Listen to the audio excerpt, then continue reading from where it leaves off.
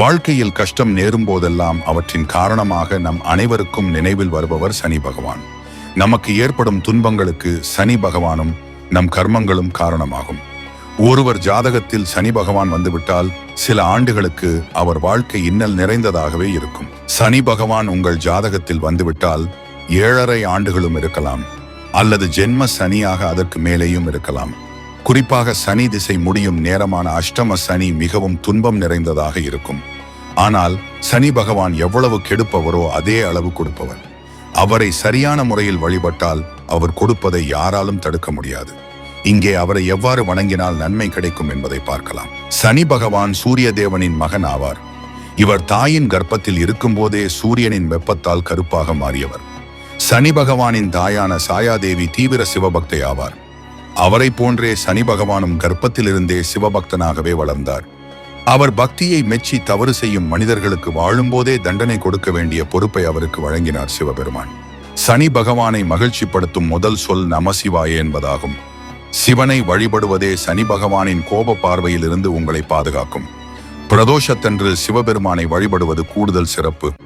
சிவனுக்கு பிடித்த ருத்ராட்சத்தை அணிந்திருப்பவர்களை சனி பகவான் தண்டிப்பதில்லை. அனைவருமே அறிவோம் சனி பகவானுக்கு பிடித்த நிறம் கருப்பு என்று.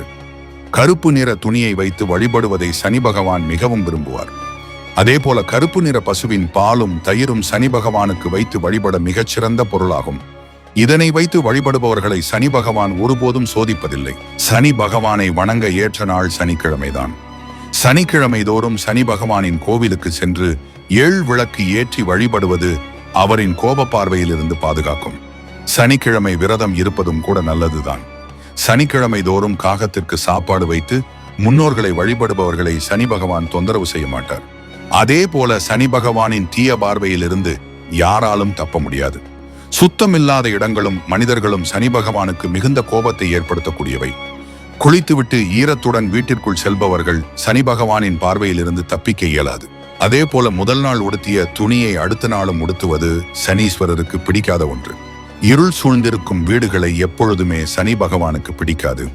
எனவே மாலை நேரத்தில் பூஜை அறையில் விளக்கு ஏற்றி வைப்பதை வழக்கமாக கொண்டிருங்கள். அதே போல எந்நேரமும் வீட்டில் அமங்கல சொற்கள் பேசுவது அவருக்கு பிடிக்காத ஒன்று. சுத்தமில்லாத இடத்தில் லட்சுமி தேவிதான் வர யோசிப்பார். ஆனால் சனி பகவான் எளிதில் அங்கு குடியேறி விடுவார். மண்ணாசை, பெண்ணாசை, பொன்னாசை உள்ளவர்கள் சனி பகவானின் பார்வையிலிருந்து தப்பிக்கவே இயலாது. மாற்றான் மனைவி மீது ஆசை கொண்டால் அவர்கள் சனி பகவானால் அழிவது நிச்சயம். அதற்கு மிகச்சிறந்த உதாரணம் ராவணன் ஆவான். அனைத்து கிரகங்களையும் சிறைபிடித்தாலும் ராவணனால் சனி பகவானை ஒன்றும் செய்ய இயலவில்லை. அதுவே அவனது அழிவுக்கு காரணமாய் அமைந்தது. வஞ்சகம் செய்து வெற்றி பெறலாம் என நினைப்பவர்களை கண்டால் சனி பகவானுக்கு சுத்தமாக பிடிக்காது. அவர்கள் மட்டுமின்றி அவர்களின் வாரிசுகளையும் தண்டிக்காமல் விடமாட்டார். சனி பகவானை சரியான முறையில் வழிபட்டால் சுக்கிரனை விட 1000 மடங்கு அனுக்கிரகத்தை அள்ளித் தருவர். அதே சமயம் அவரை கோபப்படுத்தினால் வம்சத்தையே தண்டித்து விடுவார். இந்த பதிவு உங்களுக்கு பிடித்து இருந்தால் சேனலை சப்ஸ்கிரைப் செய்யவும்.